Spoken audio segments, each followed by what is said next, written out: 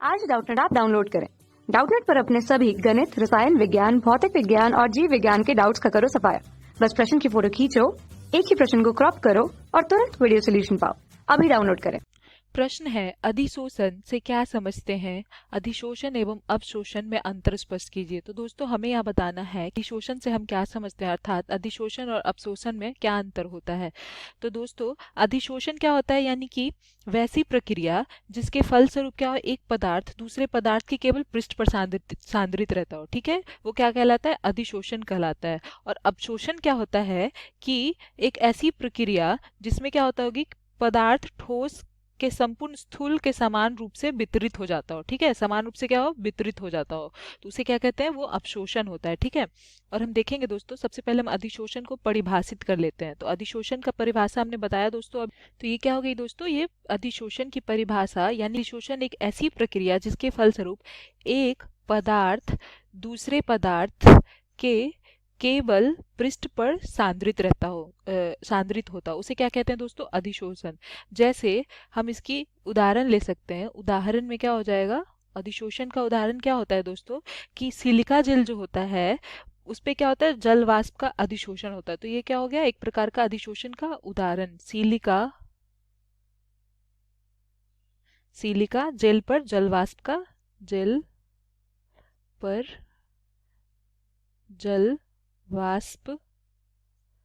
का अधिशोषण। ठीक है दोस्तों, तो ये क्या हो गया, ये हो गया हमारी अधिशोषण की परिभाषा। इस प्रकार हम अधिशोषण समझ सकते हैं दोस्तों। अधिशोषण क्या होता है? अधिशोषण एक पृष्ठीय अधिशोषण क्या है? अधिशोषण एक पृष्ठीय परिघटना है। ठीक है, यह क्या है दोस्तों, यह एक पृष्ठीय परिघटना है।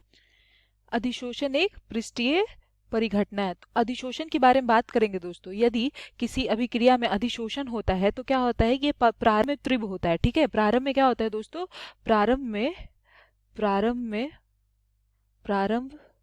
में तीव्र होता है। ठीक है, तीव्र होता है, अर्थात पृष्ठ ना मिलने के कारण क्या होता है कि ये बाद में जाके धीमा हो जाता है। ठीक है, पृष्ठ ना मिलने के कारण, ना मिलने के कारण बाद में धीमा हो जाता है। ठीक है दोस्तों, धीमा हो जाता है। तो इस प्रकार हम अधिशोषण को समझेंगे। अब प्रश्न है, अधिशोषण एवं अवशोषण में अंतर। तो ये हमने अधिशोषण को समझा दोस्तों। अब हम अवशोषण की बात करते हैं, तो हम अवशोषण समझ जाएंगे, उससे हमें अंतर भी स्पष्ट हो जाएगा। ठीक है, तो अवशोषण क्या होता है दोस्तों? अवशोषण यानी कि अवशोषण हम कहते हैं कि एक ऐसी प्रक्रिया जिसके फलस्वरूप क्या हो, एक पदार्थ दूसरे पदार्थ के संपूर्ण आयतन में समान रूप से वितरित हो जाता हो। ठीक है, अवशोषण क्या होता है कि आयतन में समान रूप से वितरित हो जाता है, अर्थात जो सांद्रता होती है ठोस की, वो संपूर्ण स्थूल के समान होती है। ठीक है दोस्तों, तो हम इसकी परिभाषा पहले लिख लेते हैं। अवशोषण की बात करें दोस्तों, तो ये क्या है कि एक ऐसी प्रक्रिया जिसके फलस्वरूप एक पदार्थ दूसरे पदार्थ के संपूर्ण आयतन में के समान समान रूप से वितरित हो जाए। ठीक है, और सांद्रता क्या हो उस ठोस का, वो संपूर्ण स्थूल के समान रहती है। ठीक है, और वही अधिशोषण में क्या होता है कि अधिशोषक के पृष्ठ पर सांद्रता संपूर्ण स्थूल की तुलना में भिन्न होती है। ठीक है, यानी कि वो अलग होता है, और अवशोषण में स्थूल होता है।